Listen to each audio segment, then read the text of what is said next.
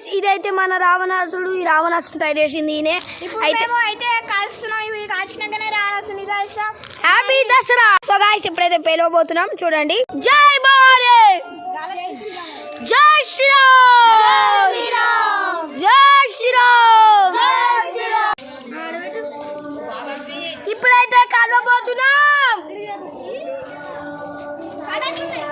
ఇప్పుడైతే కాల్వబోతున్నాం. జర్రో ఓనిష్